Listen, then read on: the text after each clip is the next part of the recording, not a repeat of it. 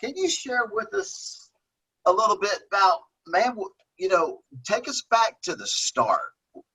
Was your dad involved? I mean, how did you get start in racing? I mean, how did that come? I mean, tell us a little bit about how it all started and what, enlighten us on that. If we're going all the way back to the very beginning, one, I did not have a single family member that I grew up with that had any interest in auto racing. Myself, Wow. as a young kid, I had everything that I had with wheels on it.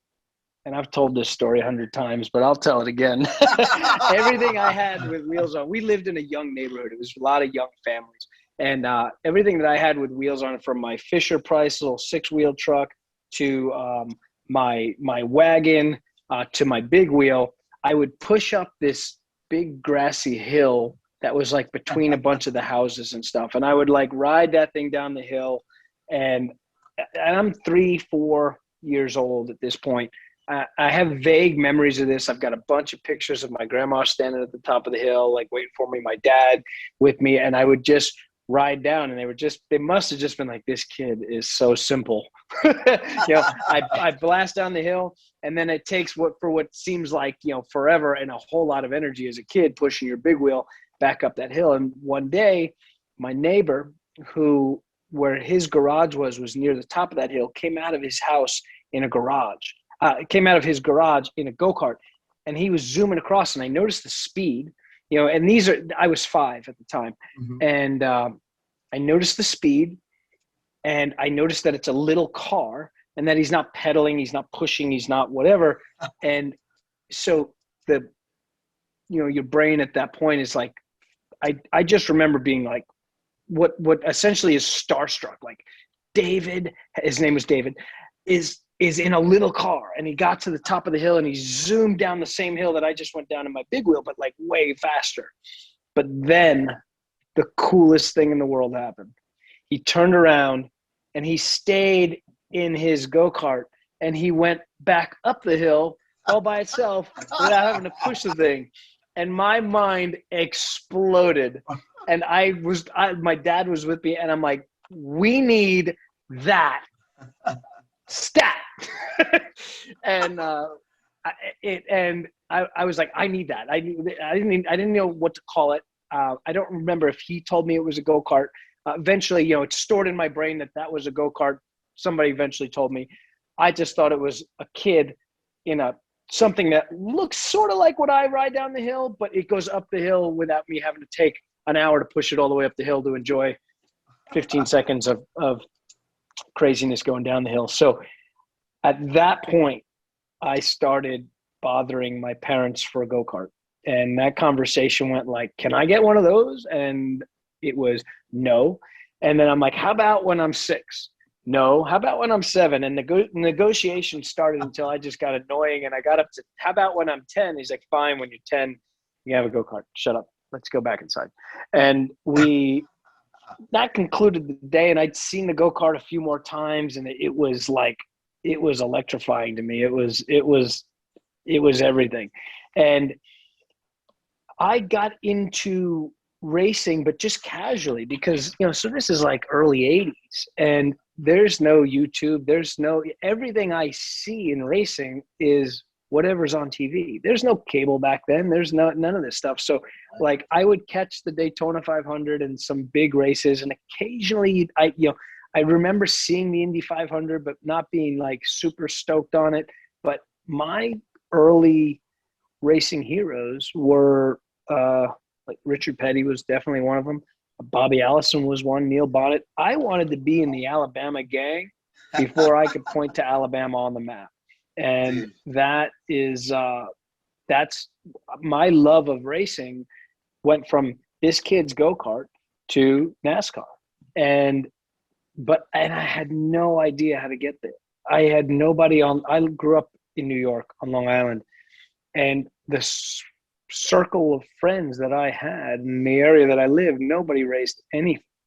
The East Side, out east at Riverhead, and a handful of guys. Steve Park grew up not too far from me, but like I wasn't in that circle. So my plan wasn't so much a plan. I finally got a go-kart when I was 12 and started racing when I was 13. And it's really a crazy story. I played sports growing up. I still play everything, but like I played organized sports. The last thing that I was in was soccer. And when I was 15 years old or 14 years old, I went to my soccer coach that I'd been playing for years and years. And I'm like, Coach, Mr. Pete, I got to quit. And he's like, he's taken back because he's like, man, you've been playing your whole life just about. And I'm like, well, I'm going to be a race car driver and I race go-karts now. And we race on Sundays and the soccer games are on Sundays. So naturally, I'm going to have to quit soccer because I'm going to be a race car driver. He's like, you're going to be a race car driver. And I'm like, yep. And he's like, how you gonna do that? What are you gonna? And I'm like, I don't know. I'll figure it out. He's like, do you know I'm a crew chief for an SCCA team? And I'm like, what is SCCA? And no, that's awesome.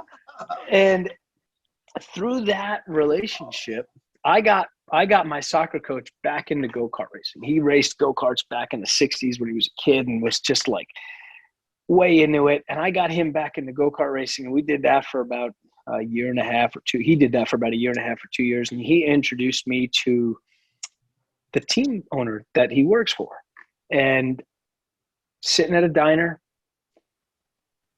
over just a handshake deal, after BSing for about an hour and a half, he made me a 3-race offer to be his teammate in the car that he owns. It's just regional, like Northeast stuff, where we would run Bridgehampton, we would run Pocono, Summit Point, Lime Rock, New Hampshire, those tracks in those areas. Nelson Ledge is out in Ohio. And we did 3 races at Bridgehampton, Summit Point, and Pocono. There's a road course on the inside of Pocono. And you're 13.